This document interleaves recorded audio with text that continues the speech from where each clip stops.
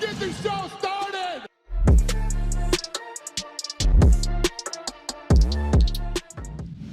In today's video, Islam Makhachev accepts call-out from Michael Chandler, 2 new matchups announced for upcoming UFC events, Bigfoot Silva gets knocked out for the second time in the past 2 weeks, Francis Ngannou fires back at Jon Jones, Chris Curtis talks stepping in to fight Jack Hermansson at UFC London, and Dan Hardy breaks down Rafael dos Anjos versus Rafael Fiziev. Let's roll.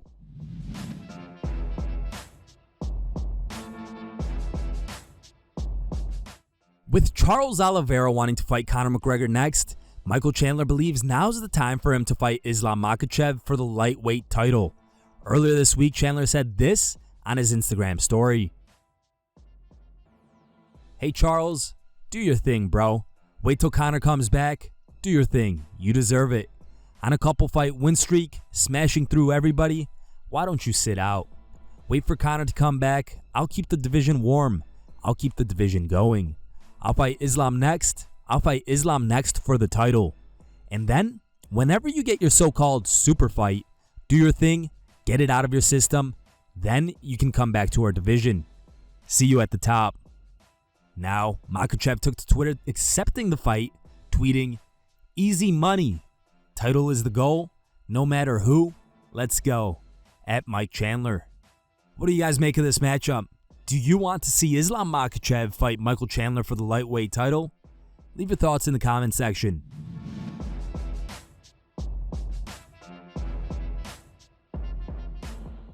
Brett Okamoto of ESPN MMA broke the news earlier today that there will be a strawweight main event in October. On October 1st, Mackenzie Dern will face Xiaonan in an important bout in the 115-pound division.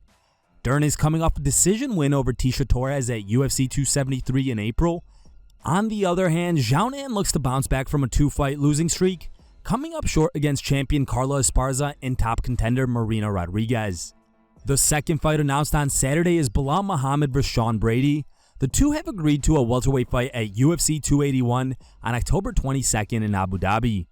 Muhammad is currently riding an 8-fight unbeaten streak. His most recent victory saw him defeat Vicente Luque via unanimous decision in April. Brady, meanwhile, brings an unblemished record to the fight with a 15-0 ledger. In his most recent outing, he beat Michael Chiesa via unanimous decision to extend his octagon streak to 5 fights.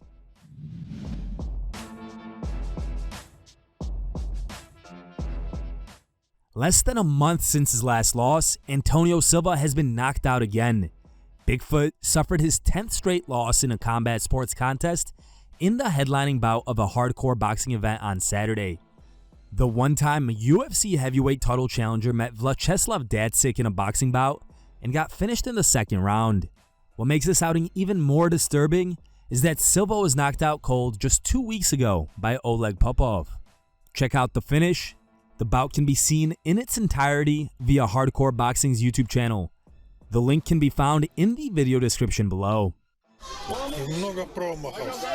Я думаю, сейчас если он перетерпит эту серию, все, он уже опустил руки. Он опустил руки, пора уже заканчивать.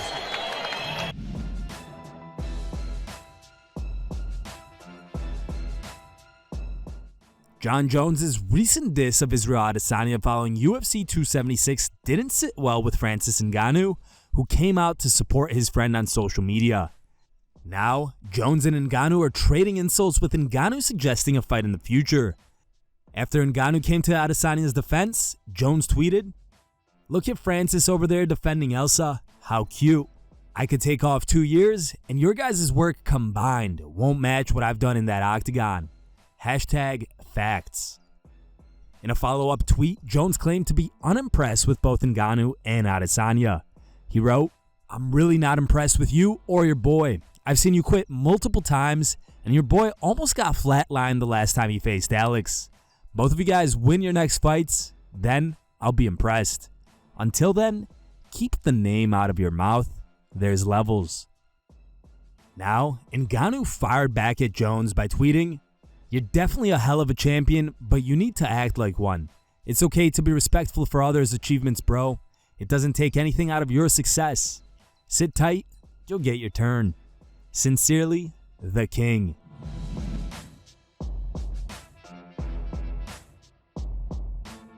Chris Curtis stepped in on short notice after Darren Till pulled out of his proposed clash against Jack Hermansson due to an injury. Speaking to Dean Thomas and Angela Hill on SiriusXM Fight Nation 156, Curtis explained how this happened and shared his thoughts on his upcoming fight with Hermansson. Here's the clip. No, yesterday. It was yesterday, yeah, after I was leaving conditioning. And my manager runs up and he's like, "Hey, answer your phone." I was like, "Well, I'm working out, my bad." He's like, "You want to fight in 2 weeks?" And I was like, "Yeah, where?" And he said, "London." And I was like, "Who?" He said, "Hermansson." I was like, "All right, let's go." So I agreed to it. And an hour later, Jack confirmed, and then we're fighting in London. How much confidence do you have after watching your homie Sean Strickland beat Hermansson? Now you get to be the next one that faces him, even though it's a short notice fight. For me, it's, I can't look at the Sean thing too much. I have to assume that fight was a while ago.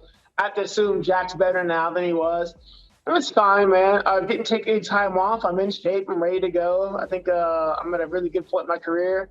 So it's either going to go really well or really bad. But regardless, I'm signed up. I'm in. So let's just go.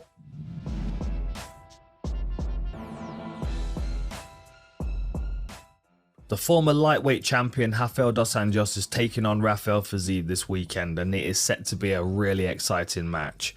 Now, these two guys look quite similar in the way that they move. They're kind of mirror images of one another, but the difference is RDA's had a lot more MMA fights and he's got a bit more wear and tear on his frame. Fiziev's got a good kickboxing background, but he's only had 12 MMA fights, so he's still finding his feet in the octagon. But he is lethal. He's got wicked fast striking and he's got great takedown offense, so he can usually force people to deal with his striking. RDA on the other side has got that really nicely well-rounded fundamental game. He's got good Muay Thai, he's got good clinch work and wrestling, and if he puts you on the floor, he's got a 4th degree black belt in Brazilian Jiu-Jitsu, and you just can't tangle with that. So if it goes into the later rounds and if it hits the mat, I'm leaning towards RDA. But while ever it's in the striking range, I feel like Fiziev has got the skills and the speed to be outpointing him. And then it's only a matter of time before he lands something damaging. It's going to be a great fight. Here are the top 3 memes you guys posted on MMAmemes.com. In third place is a meme posted by user Benny Benassi. Second place goes to UFC legend. And the number 1 voted meme was posted by a user named Strongbro.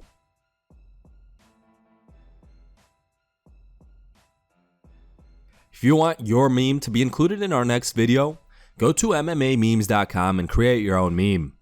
The top 3 memes will be placed at the end of our video. Thank you guys for watching. If you liked the video, please leave a like and subscribe to our channel to keep up with the latest MMA news.